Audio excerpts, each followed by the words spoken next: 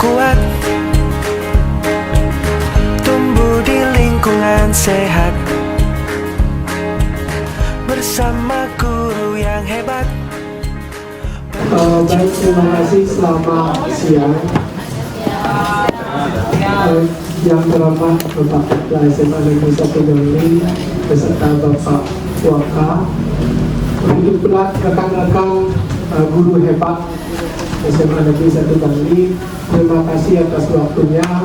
Kami berdua, saya Sang Made Eka Dana beserta koor BK saya Iwayan Wiranto Kusumo, pada kesempatan yang baik ini diberikan kesempatan untuk berbagi praktek baik, di mana praktek baik ini akan membahas tentang 7 jurus guru BK hebat.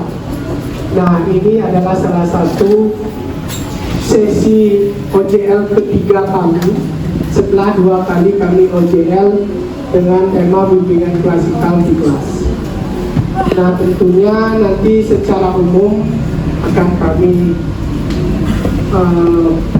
berikan pemaparan tentang materi. Tentunya di sini posisi Tiang hanya sebagai calon fasilitator daerah. Nah, untuk itu mohon izin Bapak yang untuk berdiri. Baik, terima kasih dalam kesempatan yang baik ini, yang juga sudah memperkenalkan diri tadi beserta rekan Tiang. Kenapa kami berdua? Karena pada pelatihan kemarin di SMP 2 Bangli, kami ber-30 dari Bangli, 2 orang itu dari SMA 1 Bangli. Nah, pada kesempatan ini bisa di next itu Pak. Tiang bakal menyampaikan latar belakang dari kegiatan ini. Kenapa 7 jurus BK hebat? Nah, karena 7 jurus BK hebat ini merupakan salah satu program dari Kemendikbud untuk meningkatkan kompetensi, terutama pada kompetensi kami sebagai guru BK, guru wali. Nah, tugas yang baru ini guru wali dan guru mata pelajaran. Nah, agar dapat membina karakter positif dan bisa mengembangkan potensi siswa secara menyeluruh, baik pribadi, belajar, sosial, dan karir. Nah, serta dapat menciptakan lingkungan sekolah aman dan nyaman. Nah, ini sebagai salah satu tuntutan dari kurikulum terbaru kita, yaitu Enjoyable Learning. Nah, program ini juga memberikan panduan praktis bagi kami sebagai guru BK dan juga untuk rekan-rekan guru hebat yang mendapat tugas sebagai guru wali dan guru mata pelajaran, karena bisa diterapkan untuk mendeteksi masalah dari murid sejak dini dan bisa melakukan pendampingan secara lebih humanis dan lebih empatik. Nah, tujuan, kalau mengingat dari tujuan berbagi praktek baik ini, yang pertama yaitu untuk mengembangkan potensi guru, yaitu terutama pada kami guru BK, guru kelas, guru mata pelajaran, dengan keterampilan praktik untuk mendampingi murid dalam berbagai aspek perkembangan di era sekarang. Yang kedua yaitu fokus pada karakter potensi. Bisa dilihat fokus pada karakter potensi, yaitu membantu murid untuk mengeksplorasi potensi, bakat, dan minat serta mengembangkan karakter positif, baik nilai-nilai dan grow mindset. Nah, ini hal yang menjadi penekanan juga pada pelatihan ini, grow mindset. Terus yang ketiga adalah membangun lingkungan belajar yang kondusif. Nah, seperti kita ketahui bersama, dinamika terakhir belakangan ini kita harus proaktif untuk membangun dinamika di kelas, biar kelas itu menjadi menyenangkan dan enjoyable. Terus yang terakhir adalah mendukung transportasi pendidikan, di mana menjadikan sekolah sebagai lingkungan yang mendukung tumbuh kembang murid secara seimbang, baik halnya akademik tetapi juga secara emosional dan sosial. Nah, ini tujuannya.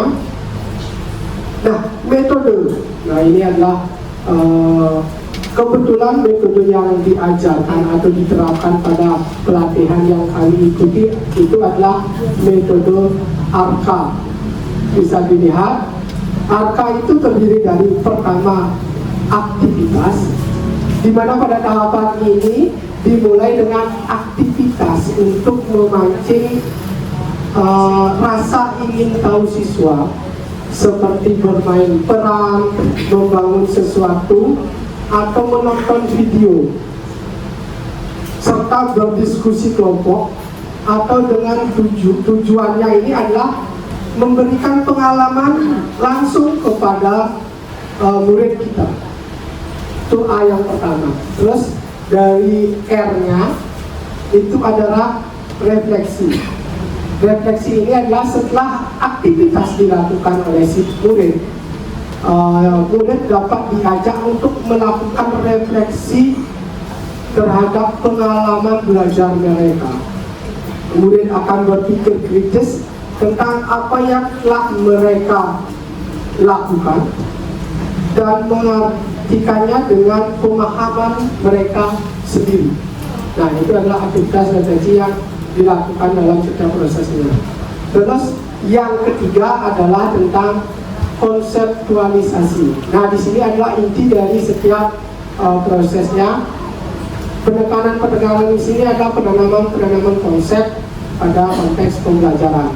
Nah, pada tahap ini murid dibantu untuk merumuskan konsep atau teori yang relevan dengan aktivitas dan refleksi setelah dilakukan dua kegiatan sebelumnya.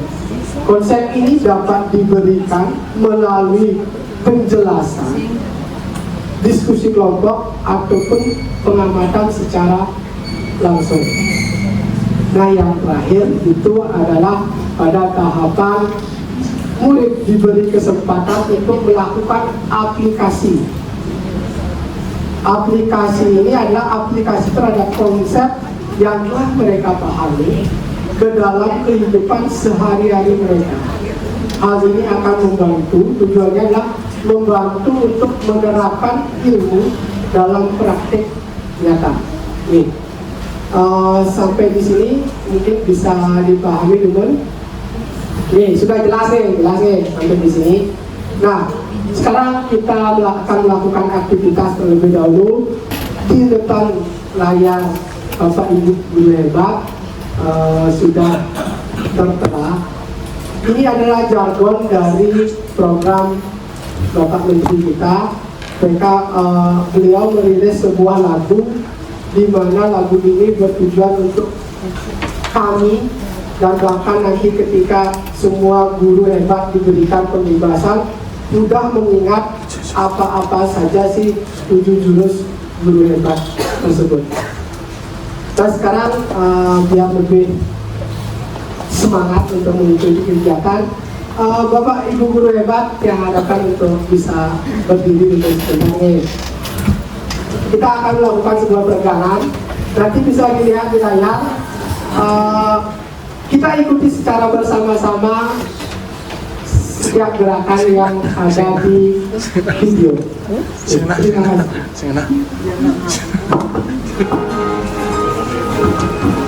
Nah, sip.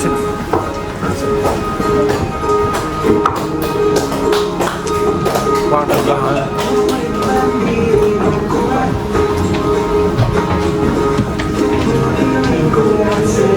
Bang, keras ini.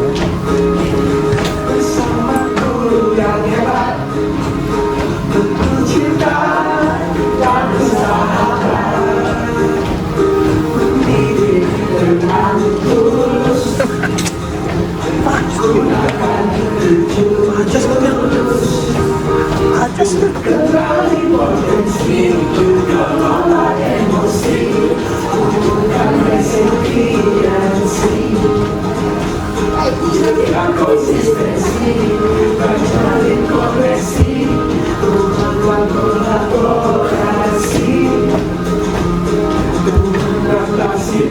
situasi.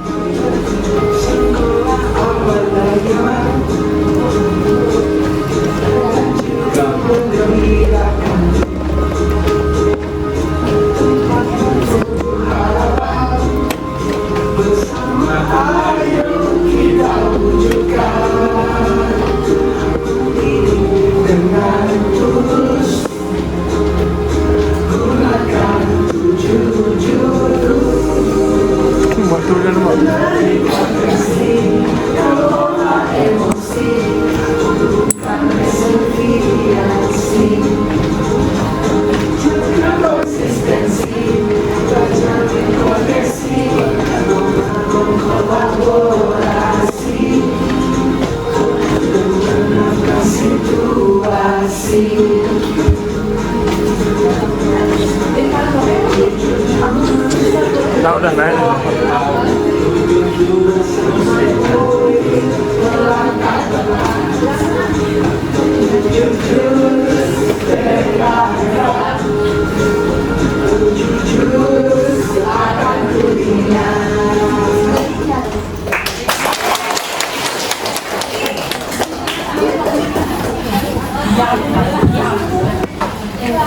Oke, baik, terima kasih untuk rekan-rekan guru hebat. Bagaimana? Sampai sedikit los-losan? Oke, siap untuk dilanjut? Oke, kalau sudah siap untuk dilanjut, sekarang refleksi.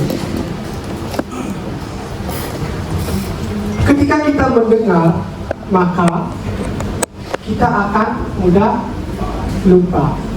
Tapi ketika kita melihat, maka kita akan lebih mudah untuk mengingat. Nah, dan seterusnya ketika kita mengerjakan, maka kita akan lebih bisa memahami. Nah, makanya dari gerakan 7 jurus BK hebat itu tadi selalu ada gerakan di setiap kata dari lagunya. Misalnya, kenalin potensinya gimana, Bapak Ibu guru hebat? Oke, benar, kenalin potensi. Kalau kelola emosinya? Oke, benar. Oke, nah, maunya yang jauh dulu, kan tadi dulu. Oke, kalau yang tumbuhkan kolaborasi? Oke, ya, oke. Berarti kita sudah bisa mendengarnya, melakukan kegiatannya, dan melihat visualnya secara langsung. Auditori visualnya masuk dalam konsep yang tadi. Oke, tepuk tangan dulu buat kita semua. Nah, selanjutnya kita akan masuk pada tahap konseptual. Nah, di sini tahap konseptual akan dijelaskan oleh rekan saya, Bapak Wiro Arto Kusumo. Nanti dari 7 jurus itu 5 sangat efektif diaplikasikan kepada siswa. Dari jurus pertama, kelola potensi, habis itu kenali potensi, kelola emosi, dan tumbuhkan resiliensi, jaga konsistensi, dan tumbuhkan koneksi. Ini efektif diterapkan untuk siswa. Nah, sedangkan jurus yang ke-6 dan ke-7, yaitu membangun kolaborasi dan menata situasi, ini diterapkan by system. Untuk kesempatan yang berikan kepada Pak Wira. Terima kasih Pak Samangku.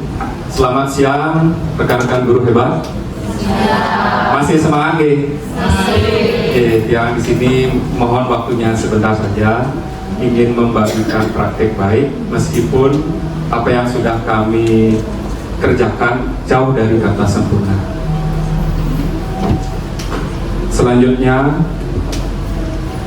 nah, dari 7 jurus kita akan membahas secara singkat, karena nanti kami berdua akan lebih memfokuskan kepada 2 jurus yang sudah kami kerjakan dan laksanakan kepada murid, sehingga pada hari ini kita dapat berbagi praktik baik kepada Bapak Ibu guru semuanya. Secara umum, yang pertama, kenali potensi. Guru dibekali dengan kemampuan untuk mengidentifikasi dan memahami minat, bakat, serta kekuatan unik dari yang dimiliki oleh setiap murid. Nah, jadi pada dasarnya murid kita di sekolah semuanya unik dan sangat beragam. Kita memiliki murid yang reguler berasal dari Provinsi Bali, bahkan ada juga yang dari Papua. Nah, perbedaan inilah yang harus kita kenali, yang sangat beragam, harus kita bangun dan tumbuhkan, sehingga murid kita mampu mengenali potensi apa yang dimiliki oleh mereka. Sebagai contoh, kemarin murid kita yang berasal dari Papua, walaupun dari segi akademik dan kehadiran mereka sangat jauh dan kurang, tetapi berkat potensi yang mereka miliki, terutama di bidang tari dan olah vokal, mereka dapat memperoleh juara 1 lomba tari kreasi Papua di tingkat Provinsi Bali. Patut kita apresiasi. Walaupun dari segi kehadiran, tetapi kami di BK, teman-teman BK juga masih sangat berusaha bagaimana mewujudkan agar mereka itu bisa hadir ke sekolah, belajar di kelas. Itu masih menjadi tantangan berat bagi kami. Tentunya tidak bisa kami lakukan sendiri. Butuh juga kolaborasi dengan Bapak Ibu guru wali kelas, Bapak Ibu guru mata pelajaran, dan guru wali. Mungkin seperti itu. Kemudian jurus yang kedua adalah kelola emosi. Di sini kami diajarkan melalui pembelajaran social emotional learning. Tujuannya adalah untuk membantu murid mengembangkan kecerdasan emosional agar mereka lebih tangguh, berdaya saing, dan mampu membuat keputusan yang tepat. Kembali lagi, kita pada dasarnya adalah manusia atau individu yang memiliki beragam jenis emosi. Apakah emosi itu harus ditahan? Tentunya tidak, tetapi harus diluapkan dan ekspresikan, tentunya dengan kondisi, tempat, dan waktu yang tepat. Tidak asal-asalan kita mengeluarkan emosi tersebut. Yang ketiga adalah tumbuhkan resiliensi. Fokus utamanya adalah membekali siswa dengan kemampuan untuk bangkit kembali dan beradaptasi secara positif saat menghadapi kesulitan, kegagalan, dan tekanan. Nah, di sini kita belajar sebagai guru yang hebat tentunya bagaimana kita melihat situasi murid kita apabila mereka masih dalam kondisi yang down. Kita harus bisa membangkitkan gairah mereka untuk belajar. Seperti kasus yang telah kami tangani tadi, di kelas ada perpecahan antar teman, tapi kami berusaha membangun agar komunikasi dapat terjalin dengan baik melalui sebuah games, melalui kartu, membangun menara piramida. Kami ajarkan di sana bagaimana komunikasi dijalin, kemudian bagaimana caranya agar menara yang runtuh tersebut dapat dibangun kembali. Tentunya itu menjadi sebuah refleksi dari hubungan pertemanan yang dialami oleh si murid kita tentunya. Ya. Selanjutnya, jaga konsistensi yang keempat. Guru diajak untuk menerapkan pendekatan yang stabil dan teratur dalam membimbing murid. Jurus ini menekankan bahwa pembentukan karakter dan kebiasaan positif memerlukan proses yang terus-menerus dan terstruktur. Tidak cukup dengan tindakan besar yang dilakukan sesekali. Konsistensi dari pihak guru, baik guru BK maupun guru mata pelajaran, akan menciptakan rasa aman dan kepercayaan diri pada siswa. Kita harus menjalin atau menjaga konsistensi kita dalam dunia pendidikan.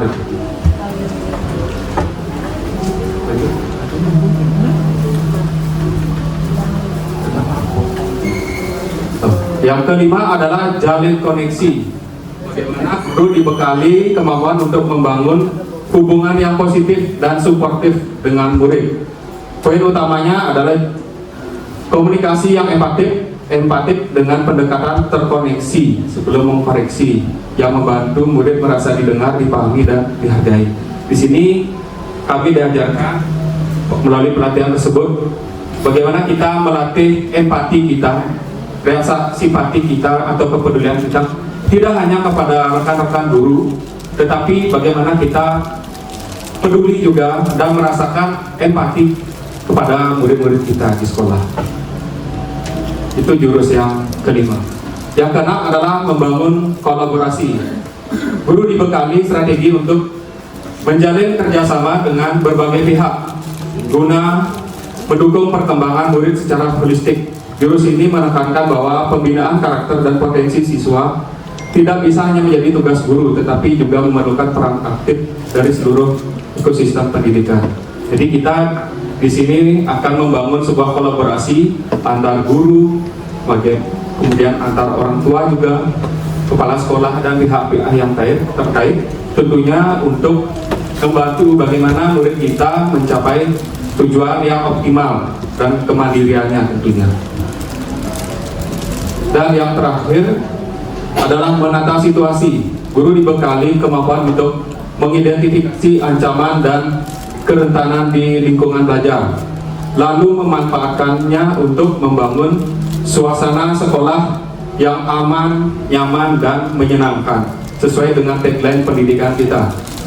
Jurus ini menekankan pentingnya berpikir secara sistematik untuk menciptakan kondisi yang ideal bagi pertumbuhan dan perkembangan siswa. Nah, mungkin itu gambaran singkat dari ketujuh jurus BK Hebat ini pada Bapak Ibu telah kami sampaikan.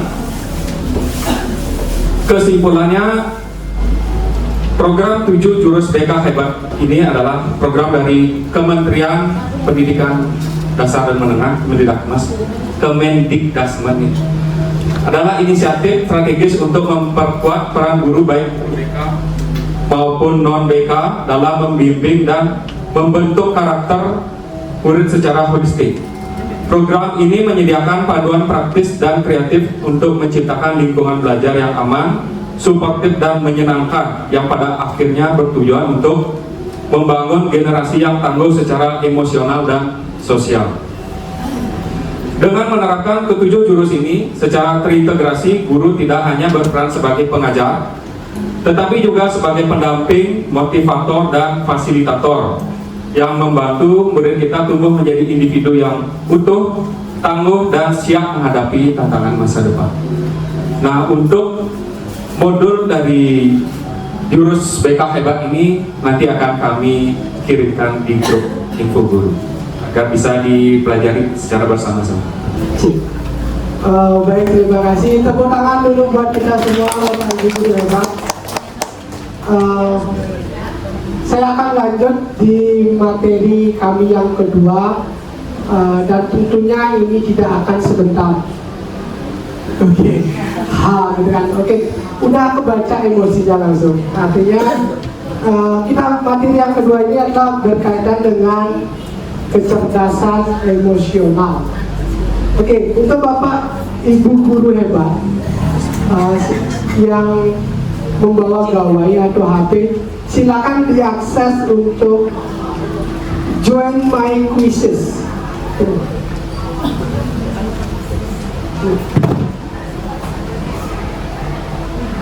Join my quizzes.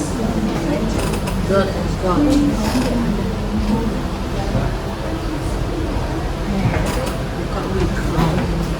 Bisa join my quizzes.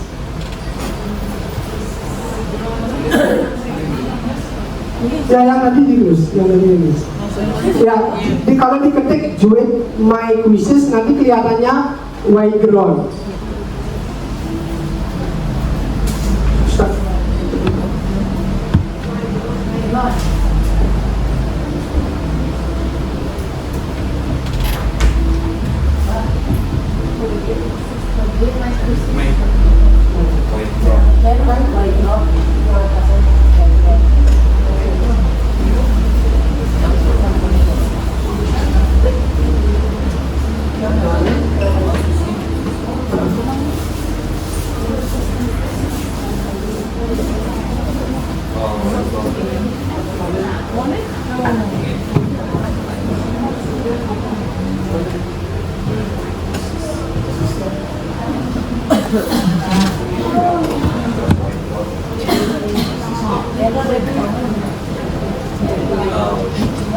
Yang paling atas kan Bu yang mau itu.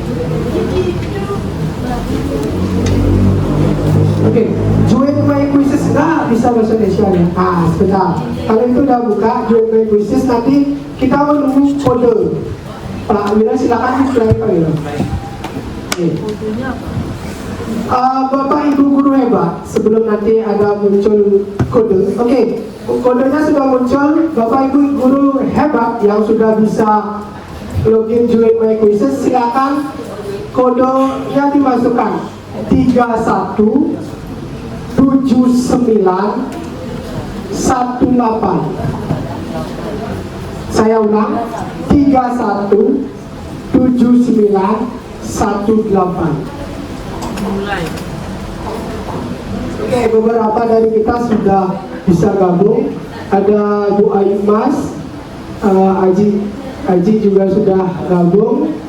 Ada Dewi Purwita, Epi, Eka. Sudah sampai 10 orang. 317918. Sudah? Nah itu dah, masukin kodenya. Kasih nama ibu. Ibu cantik kasih nama. Ibu cantik itu namanya. Iza. Iza. Oke, terima kasih untuk yang sudah memberikan stiker emoji. Nah, sabar. Kalau sudah seperti itu, bagaimana? Sabar. Oke, kita awali dulu dengan seperti ini. Ketika kita semua mendengar kata emosi, apa yang langsung terpikir dalam pikiran kita?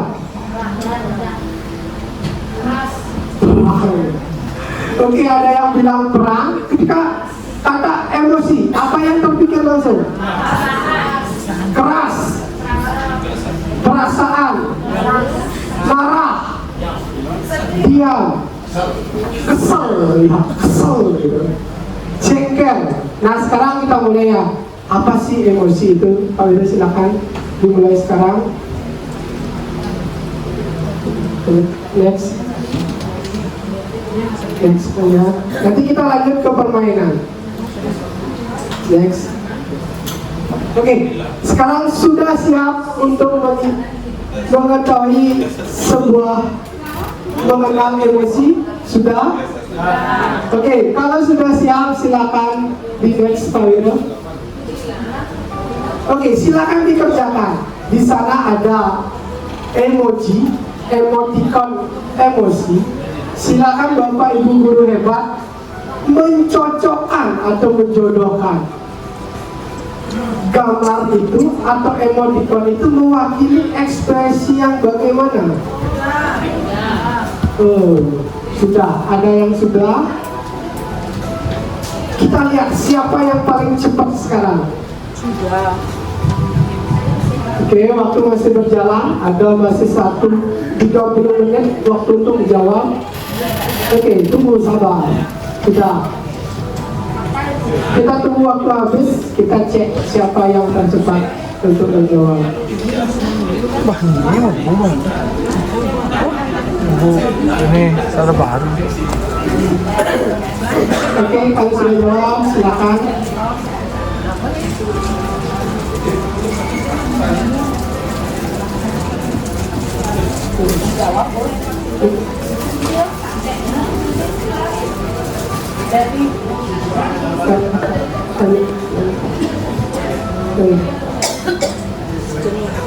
Oke, yang pertama jawab itu adalah ternyata Ibu Andriani. Mana itu berdiri Ibu? Oke, kita beri aplaus untuk Ibu Andriani. Yang selanjutnya ada Bu Ayu Mas, ada Bu Enes. Bisa di scroll Pak Wira. Yang hijau itu benar. Oh, ternyata ada yang salah, yang merah. Oke, di scroll Pak Wira. Siapa itu? Bu Enes ya? Oke, nanti. Oke, ada. Oke, di scroll lagi Pak Wira.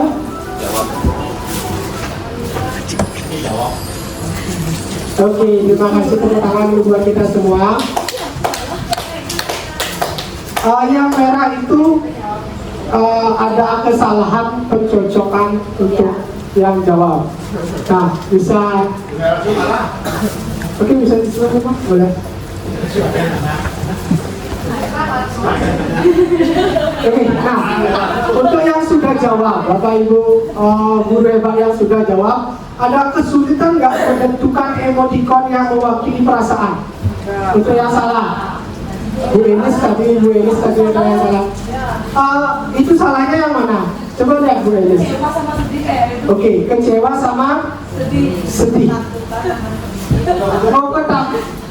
Bu Enis, ini ketakutan sama senang beda jauh Bu Enis. Kalau kecewa sama sedih, oke lah.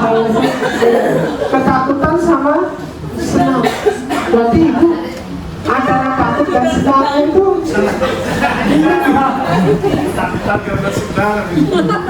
oke, bisa di next Pak Ino. Oke, itu cuma. Tapi kami yakin Bapak Ibu guru hebat bisa mengenali emosinya masing-masing. Nah sekarang bisa dilihat dulu di HP-nya masing-masing, masih kelihatan kayaknya. Oke, emosi apa sih yang paling sering saya rasakan? Siapa yang pernah emosi Bapak Ibu guru? Emosi yang bagaimana? Oke, Bu Ode. Marah. Kalau senang? Pernah sih. Ya benar, yang itu yang sangat benar. Ada Bu Andri tadi. Emosinya sering dirasakan? Yang dominan ya? Hari ini lagi apa? Oke, senang karena? Oke, ada lanjutannya. Emosi apa yang paling sering saya rasakan? Terus bagaimana saya mengekspresikan emosi itu? Kalau senang, Bu Ali ngapain? Oke, senyum cukup. Ekspresinya dengan tersenyum. Oke, kita analisis. Apakah sudah tepat dan sehat cara Bu Ali mengekspresikannya? Senang dengan senyum tepat. Bu Ode marah. Cara Bu Ode ekspresi ini marah tuh bagaimana Bu? Dengan teriak-teriak. Dengan ngomel. Apakah sudah sehat Bu Ode? Sehat dan tepat. Kita bicaranya sehat dan tepat. Sudah sehat? Darah tinggi naik boleh? Ya, berarti belum sehat. Apakah sudah tepat kita memarahi anak? Oke, lebih baik kita memberikan pemahaman. Oke, setuju boleh? Terima kasih. Tepuk tangan dulu buat Bu. Oke, lalu ke foto.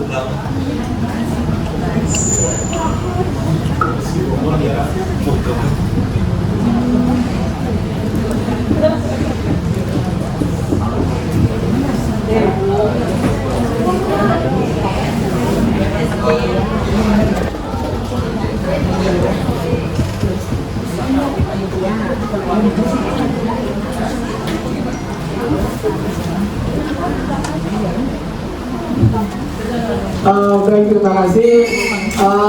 Izinkan saya tadi sudah mengawali dengan aktivitas. Nah sekarang bisa di next Pak Wira. Oke, latar belakangnya masih sama.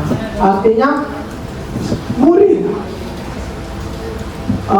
usia remaja seringkali mengalami fluktuasi emosi. Ternyata murid-murid kita di kelas itu sedang mengalami fluktuasi emosi sesuai dengan usianya.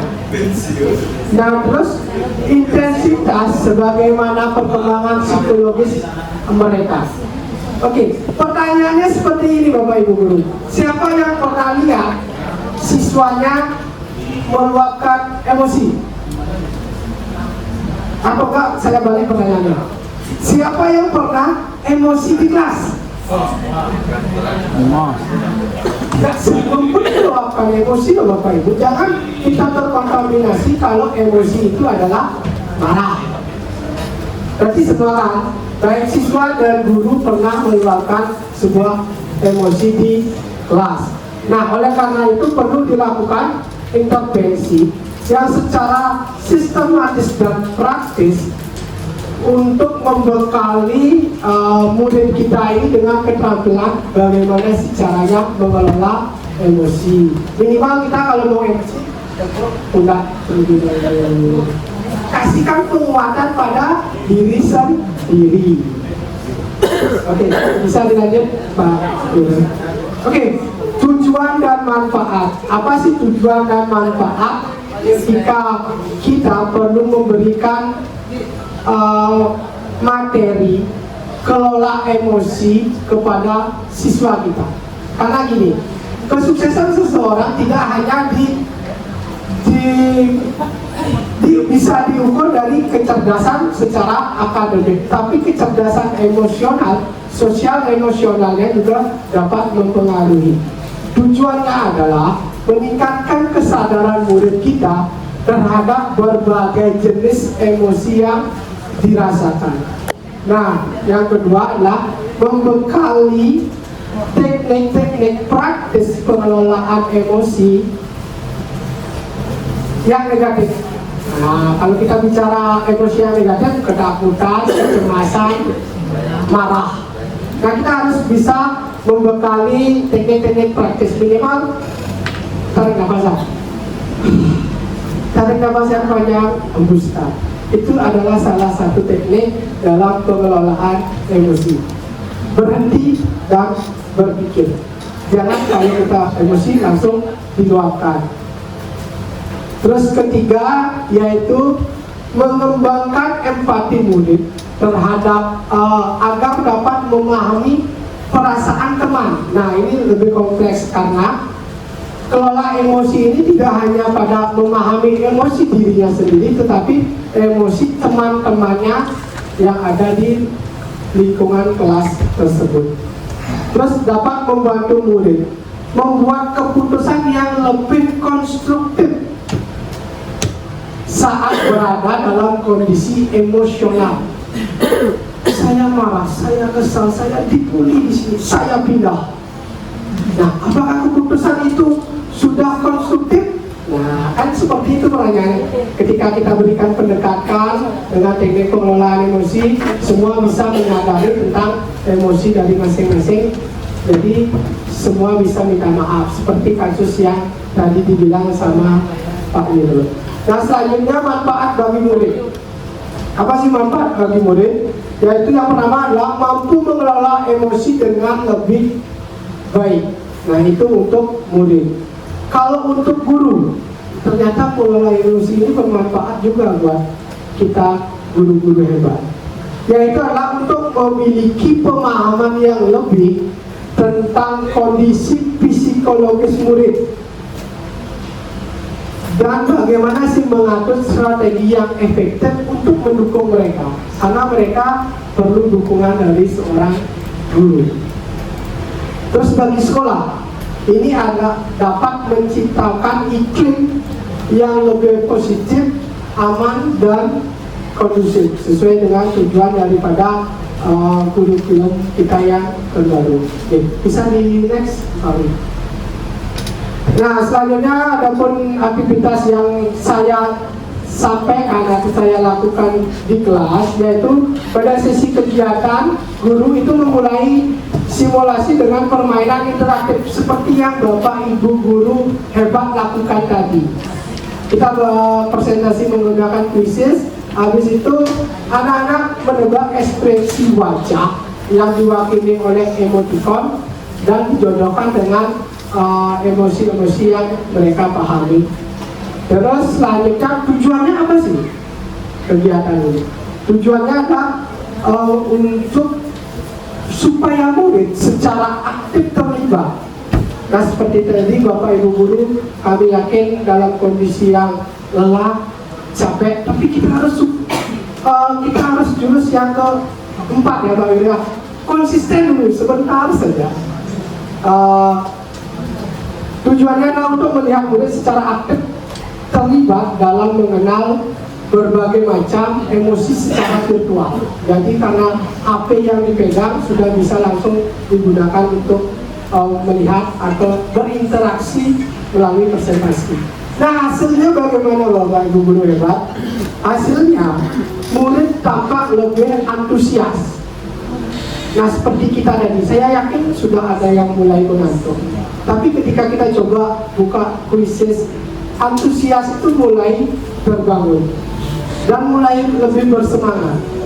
Banyak tertawa dan mencoba menirukan ekspresi. Karena waktu itu kita coba berpasangan sambil lihat-lihatan, yang satu nunjukin ekspresi emosi, yang satu menebak. Ada ekspresinya yang lucu, tertawa semua seperti itu. Bisa dilanjut Pak Guru. Nah, ini yang tadi, refleksinya juga sama. Refleksi yang kita jalani bersama Bapak Ibu guru hebat sama juga dengan refleksi yang saya berikan kepada anak-anak, yaitu bagaimana sih emosi yang paling sering dirasakan per hari ini. Nah, ketika mereka sudah jawab emosi-emosi yang mereka rasakan, terus ditanya lagi, bagaimana sih saya atau murid itu bisa mengekspresikan emosinya, melalui apa diekspresikan. Dan yang terakhir itu adalah apakah caranya sudah tepat, sudah sehat dan tepat. Nah, itu akan memberikan pemahaman yang lebih mendalam pada murid kita. Selanjutnya Pak Wira. Nah, di kegiatan yang ketiga, refleksi, mungkin seperti yang dijelaskan tadi, bisa di next ya. Penanaman konseptual. Dalam penanaman konseptual ini tidak terlalu banyak yang saya tayangkan, tapi adalah poin penting yang perlu kita pahami bersama, yaitu tentang bagaimana sih pembelajaran sosial emosional atau sosial emosional learning yang sering disingkat dengan SEL. Dan ternyata dari aspek-aspek sosial emosional itu, yang pertama itu adalah menyadari diri. Oke, saya ini sedang bagaimana? Menyadari diri itu adalah kemampuan untuk memahami emosi pribadi masing-masing, pemikiran, menilai dan mempengaruhi perilaku dalam berbagai situasi. Oke, saya bisa mengenali emosi saya. Apakah saya senang, sedih, takut, malu, khawatir, atau yang lainnya. Oke, Bapak Ibu guru bisa memahami emosinya? Oke, siapa yang bisa menunjukkan ekspresi senang? Oke, Bu Dewa Purwita, senangnya, kalau Bu Dewa Purwita senangnya bagaimana? Oke, coba senyum. Oke, gadis sekali tepuk tangan buat Bu Dewa Purwita. Oke, selanjutnya yang kedua adalah mengelola diri. Dalam pengelolaan diri ini adalah kemampuan untuk mengatur emosi, pemikiran, dan perilaku secara efektif pada situasi yang berbeda. Itu dalam konteks pengelolaan diri. Terus yang selanjutnya adalah dalam konteks pengambilan keputusan yang bertanggung jawab. Kadang-kadang keputusan itu diambil, tapi lupa dengan tanggung jawab atau konsekuensi dari sebuah keputusan yang telah diambil. Tapi ini kita memahami gimana sih buat cara murid itu bisa membuat pilihan yang tepat, konstruktif pada situasi tertentu. Terus selanjutnya adalah terampil berrelasi. Relasi yang di dalam konteks murid ini adalah berinteraksi di lingkungan ruang kelasnya, ruang sekolahnya, dan lingkungan keluarganya. Selanjutnya adalah kepedulian sosial.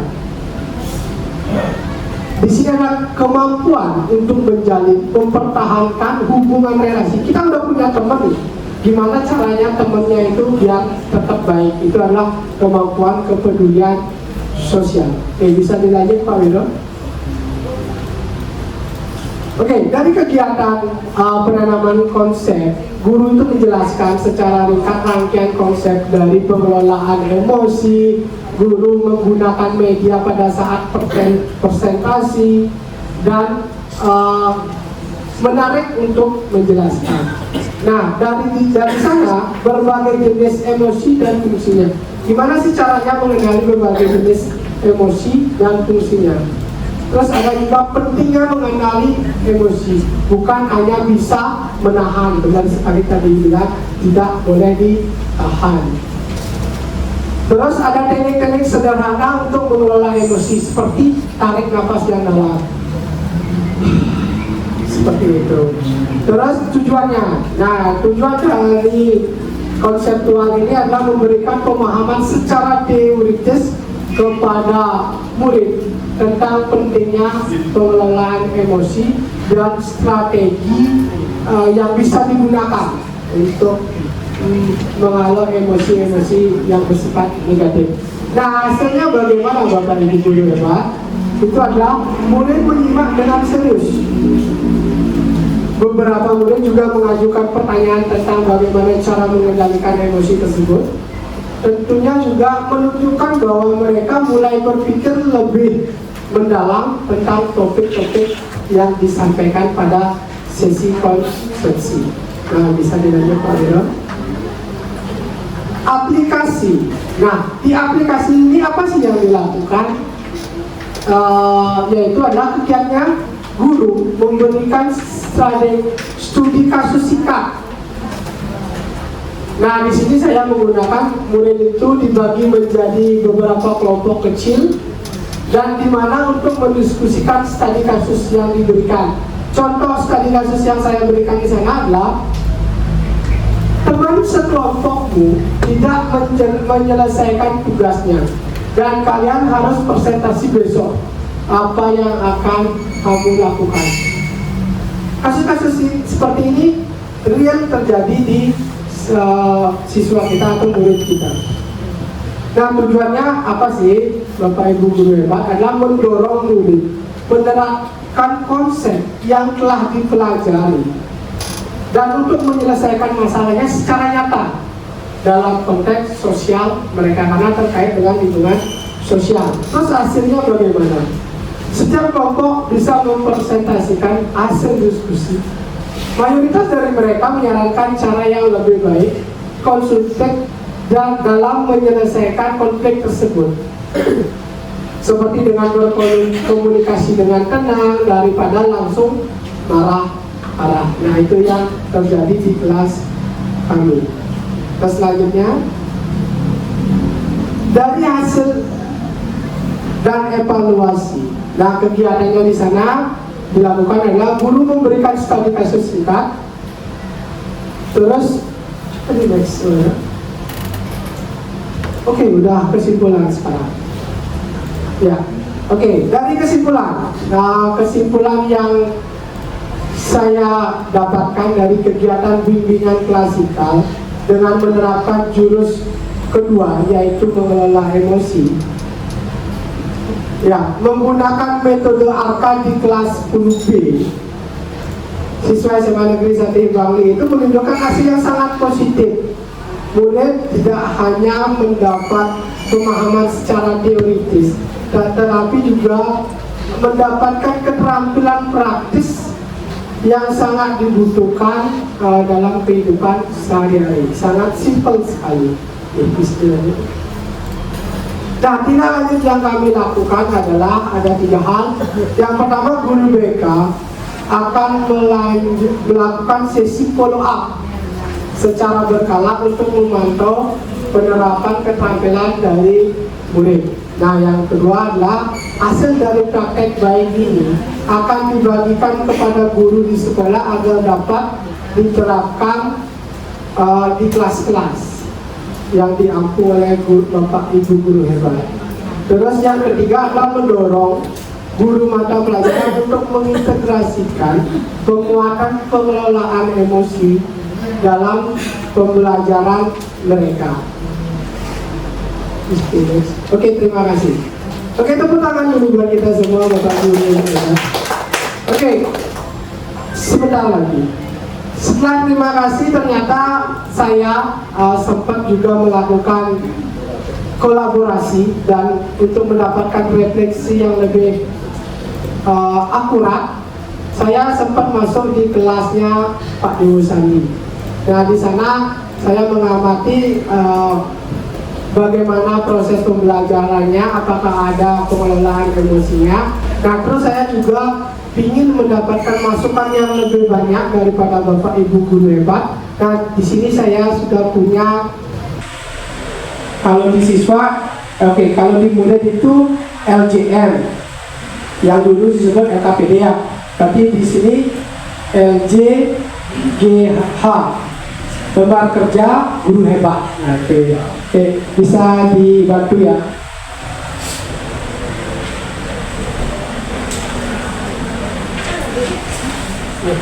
Bisa di sebelah sampai belakang. Nah, di sana ada pertanyaan-pertanyaan bagaimana refleksi terkait dengan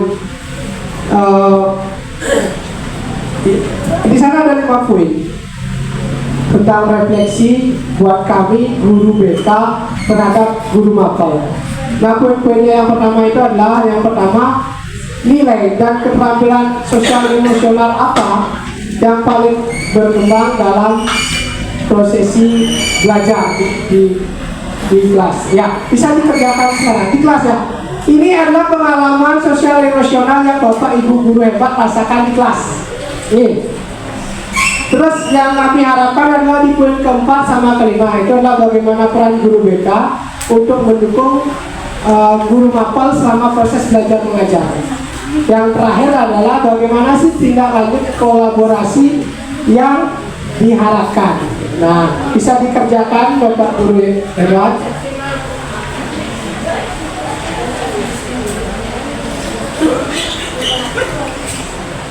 Baik, terima kasih. Mungkin cuma itu yang bisa kami sampaikan terkait dengan praktek baik yang kami lakukan bersama Bapak Yudho Artakusuma.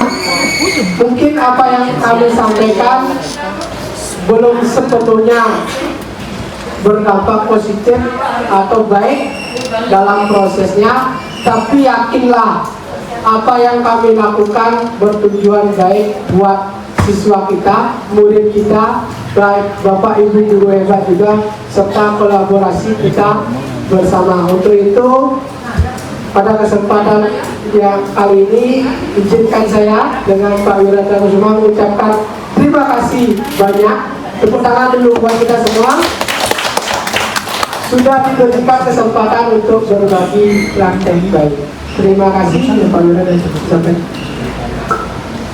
Menambahkan lagi sedikit, terima kasih atas waktu yang telah diberikan kepada kami berdua, tentunya atas izin Bapak Kepala Sekolah, Bapak-Bapak di jajaran lokal, dan juga Bapak Ibu guru hebat semuanya. Mungkin praktik baik yang kami tampilkan tadi di depan masih sangat jauh dari kata sempurna. Untuk itu kami memohon masukan di kemudian hari seandainya kami diberikan kesempatan lagi untuk berbagi praktek baik kepada Bapak Ibu guru semua. Akhir kata, pada pertemuan hari ini kami tutup dengan parame santi. Om Santi Santi Santi Om. Wassalamualaikum warahmatullahi wabarakatuh. Mohon maaf apabila ada kata-kata yang salah. Terima kasih. Mandiri dan kuat, tumbuh di lingkungan sehat, bersama guru yang hebat, penuh cinta dan bersahabat.